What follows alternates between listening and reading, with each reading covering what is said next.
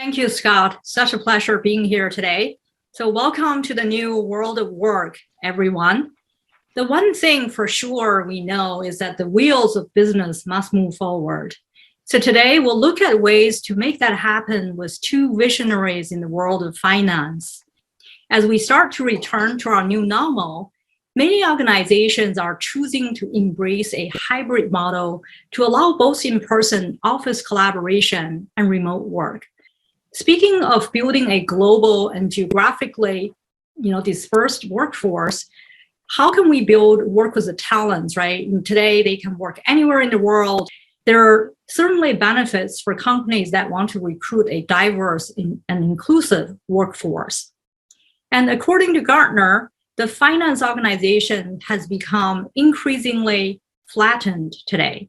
So what that means that senior finance leaders manage more employees and functions than ever before. So how do they hire, train, retain the next-gen digital savvy finance professionals and unleash their potential? And according to Microsoft Job Report, 2021 is the Great Resignation year, with 39% of the global workforce considering leaving their employer. There's also talent supply and demand gap, with 45% of college grads are still looking for a job, according to CBS News. Well, 9.3 million jobs are unfilled in the USA today, according to USA Today. You think about the finance team has truly transitioned so much these days.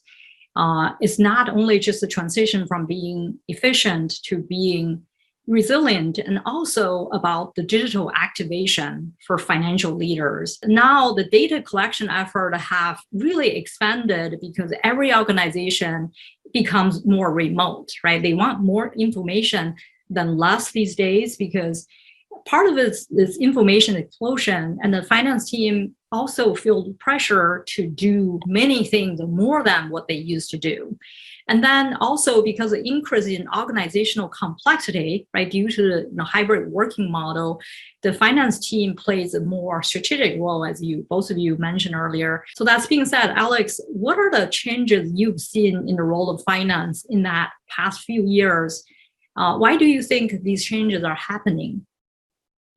No, I think you just hit it right on the point. That the changes I've seen is that sort of, that strategic lens that's being asked upon finance. So, instead of just saying, here are your numbers, here's what you've done for the month and you're 10% behind, finance is being leaned into, like, what drove that underperformance? What are some things that the business can do to course correct? And so, that strategic lens is being, asked upon the finance organization. And, when I've been sort of networking with other CFOs and VPs of finance in the industry, what they like, their finance teams to be is not just CFOs to their business partners, but also COOs, such that they know the operational aspects of the business. What I like to tell people at the end of the day, the financials of a company are sort of the outputs of the strategy and the operational execution. And so by knowing both, as a finance person, you'll know what the numbers that you're looking at on the screen mean. And so I think those are the biggest things. And obviously that's more from an FP&A or strategic finance side of things, is being more strategic, but also on the accounting side, trying to, again, draw some insights versus just saying, okay, these are what the numbers say, what they are. Absolutely. Rob, what are the things that finance leader can do today to respond to these changes?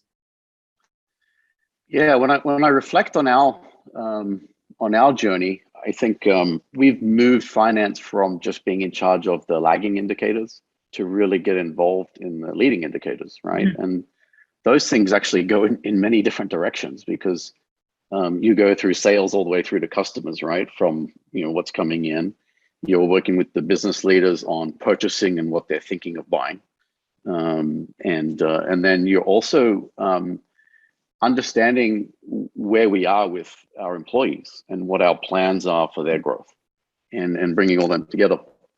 So a push from me to finance to get involved in the business, but then also take on a mentoring and educational role in the business. So I mentioned before that we talk about empowering the business and other employees with the data. And let's not assume that they understand everything about finance. So during our all hands, for example, our lead finance person will actually talk about the numbers and go through and give explanations. And I give him the time to explain what's happening. And if he's not there, one of his team members, Jennifer or Kushum in Sydney, she will take over the slot, connect with people in the company, even though she's the financial controller, but she'll explain the numbers and what's going on and the perspectives of what's there. So we take it as an opportunity whenever anyone connects and we're showing numbers to actually explain the reasons behind them and the context that we're looking at them. That's a great point. If everybody in the organization, including your product team, engineering team, understand how they can contribute to that overarching goal, you have greater chance of success overall. Well, that leads to the next question here, right? Finance leaders really these days need to make sure their team feel being part of a community. So with this kind of change, geographically, dispersed and remote, how do you really make sure everyone feels that they're part of the team and stay motivated? So I'll start with Rob. We started doing a lot of mental skills training actually before COVID and before this wave in the company. And with the advent of DEI and a lot of the pressures that come on managers and leaders in the business to do their jobs and also be socially aware and be progressive and make sure that we're moving things the right way. And a lot of our work and philosophy comes down to understanding anxiety that people have. And we all have that. And whether that's, at home or at work, that stress is stress, right? Mm-hmm. So it doesn't really matter where the stress comes from.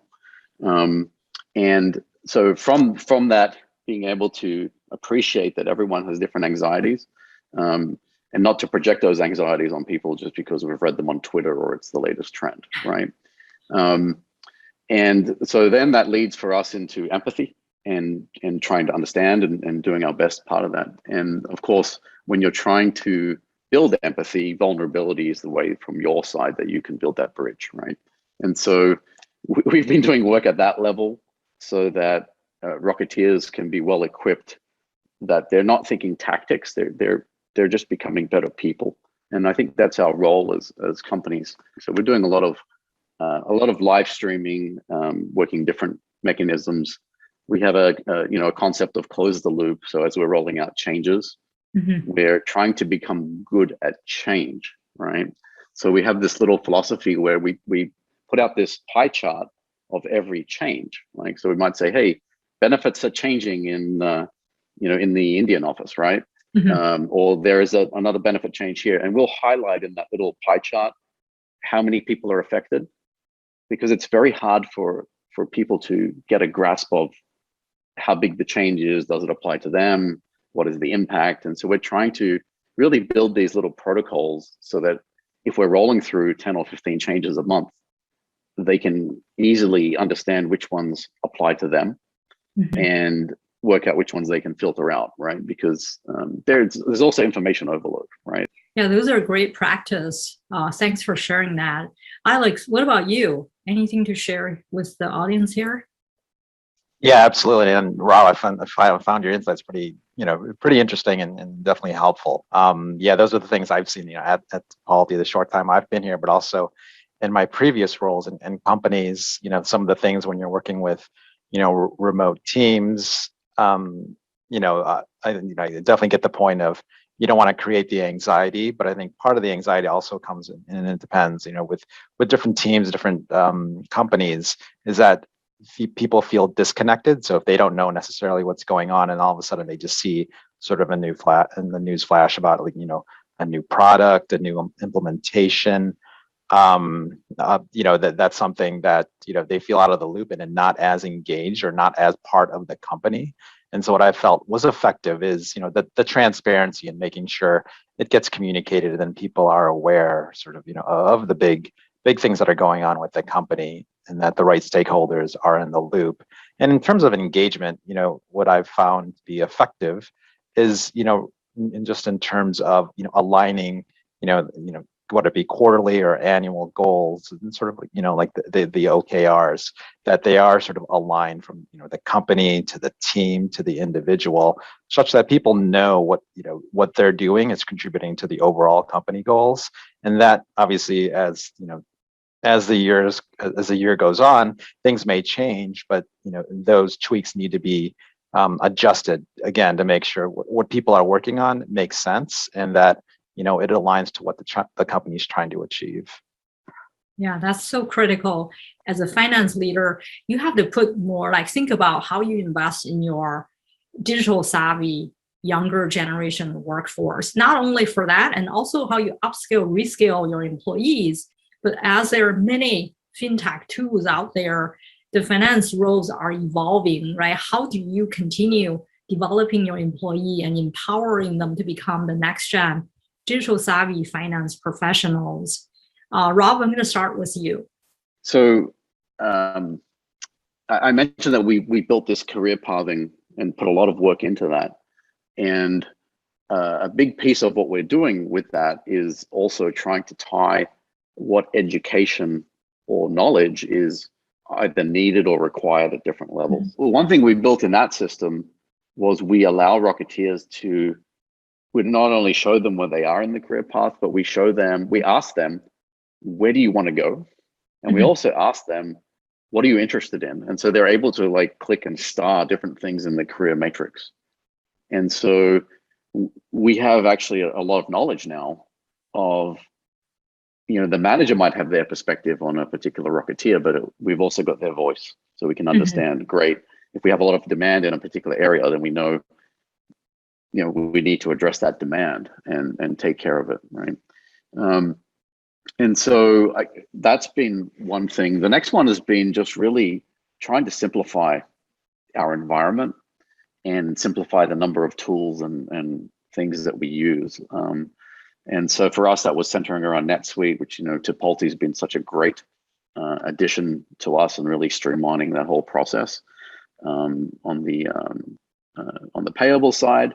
But just the less number of tools that people have to use, the better. And so we just keep coming back to methodology. So we're training our finance team in, systems and agile methodology, right? How to build an agile system. So educating them, I guess, more at a methodology level has been really, really good for us, and involving them in the build of systems. Mm-hmm. And nearly everyone in the team is involved in some way or form in that process. And versus, I guess maybe what might have been done traditionally, where we have the manager might give the requirements and the IT team will do it and throw something back and go forth. Great one. Alex, any thoughts here? Yeah, no, this is a question near and dear to my heart. As I mentioned sort of before, one of the things that I'm really sort of passionate about is trying to understand, how we can, how I can make my teams more efficient, and then sort of like, taking things off their plate that can be sort of done by software applications. So in Tipalti, one of the things, when I've come on board is be able to sort of assess the landscape on the finance side and understand, the things that we can put in place to be able to, take care of, again, sort of processes that again are being done offline or in Excel. But then we know that to be able to make that repeatable, that takes a huge amount of effort and will require multiple or more resources. So, again, is there a financial tool that we can look at, whether it be on the FP&A side, an FP&A planning tool, or sort of like a SaaS, management, inventory tool, things like that. And what we try to do, and what I've always sort of asked my teams to be able to look at, is that consider and look at things that you are doing. One, are you doing it just to do it? Like, is there any audience that really needs the data? Is it like very critical? But two, if it is, and if it's repeatable, is there a way to help like automate it, whether it be running sort of putting it in a dashboard and like in a BI tool, such that it can be there's multiple people that can sort of look at it and it's an easy dashboard that can be pulled up? Or are there other sort of things, whether it be obviously on the AP side, that can be automated because it could be a very manual process to on, receivables and the billings to be able to look at those types of things. And so, just getting people open-minded to be thinking about those types of things. So again, they can focus their time on more strategic value-add activities versus having to do something that, it requires a heavy lift and it's not scalable. And so like getting that mindset into people and in terms of developing their skills, offering the trainings. But, one thing what I try to do is when I, write and establish sort of annual goals is try to put like, even on the finance side, putting down sort of, like you have to take a training like or like some sort of class to be able to develop your skill set. So, for a lot of finance folks, they get into a lot of business insights and business intelligence. So does it make sense to take a SQL class and be able to like query something because you're dealing with large amounts of data. So like sort of forcing people to make sure that they keep their skills current, but also that they're considering other tools out there because like you mentioned, there's so many out there that you don't want to necessarily recreate the wheel. You want to leverage some of the best in class that's already proven and that's been out there. That's so critical, right? Both of you made very critical points here. But one thing I would really share here is that as a finance person, it's so critical for us to learn how to speak our business counterparts language, right? If you're going to talk to a sales leader, you better really understand what are the factors that drives sales, right? I mean, maybe the shorter sales cycle, the higher average selling price, all those things will really contribute to a bigger number. So if you really understand their world, understand what matters to them, when you communicate with them, understand you don't schedule a meeting the last few days, a quarter with them to talk about budgeting or talk about numbers, right? You really wanted to figure out, right, put yourself in their shoes to think about how do you support them in the most effective way without really becoming a burden when interacting with your functional leaders. That's so critical as well. We talk about the talent supply and demand gap. I'd love to hear, let's start with Alex, right? What are the strategies you have put in place to really provide opportunity to inexperienced employees out there to really breach this talent pool gap? Yeah, no, this is definitely a relevant conversation and something I've sort of tried to address in my past. I know you kind of have to be, open-minded, creative, and willing to sort of take that risk because, again, you're going to have to be doing a little bit more hand-holding than versus someone that has a couple years of experience. But because of how competitive the market has been, I've had a couple of instances where bringing on a junior resource instead of looking for that person with 1 to 2 years experience, I've taken a couple different tracks. One is looking at someone internally. I know there was an instance where I was hiring for a senior, like a finance analyst, and there was someone on a different team, like an operations team at one of my former companies that had a finance background. They couldn't find a job, so they just sort of got something that they can get, and it happened to be sort of like on the customer success side. But like knowing that they had an interest in finance, they had their degree in finance, we were willing to sort of talk to them and then bring them on board to be able to start ramping up on sort of like the FP&A team.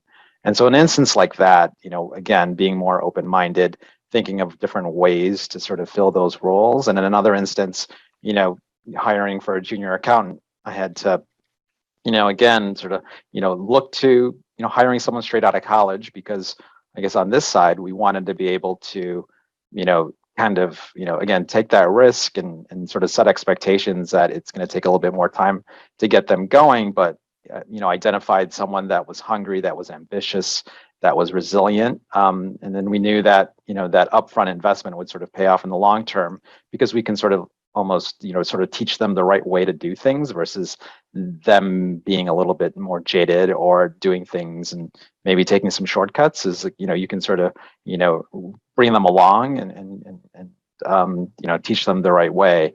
And so I think it comes down to the teams setting the right expectations and getting the buy-in that like we're going to have to look at someone a little bit more like sort of, just sort of, green, but in the long run, it could pay off and do much better to be able to fill through the needs that you have trying to recruit people. So we all have those moments, right? If we had the right mentor, the right mindset, we can learn, right, what needs to be, what we can do. Rob, you've been a role model in building a diverse, workforce. You have a VP of finance in South America. Your controller is out of Australia. What have you done, right? The strategy you have put in place to increase your talent pool? So I think of a couple of things. When you swim and the waves are coming against you, or there's a rip or a current, sometimes you don't want to swim against it, right? You can swim across it, or you can swim with it.